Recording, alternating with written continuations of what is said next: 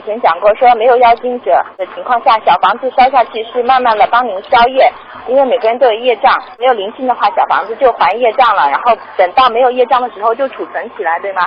那如果这样子的话，我们就不需要再去自存小房子了，念了就烧，就这样就一直烧下去，它就也是帮我们存起来，对吗？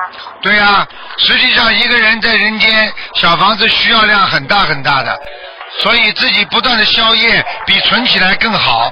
举个简单例子，你想现在生活过得好，你赚了钱是存起来好呢，还是现在一边用一边过得生活舒服啊？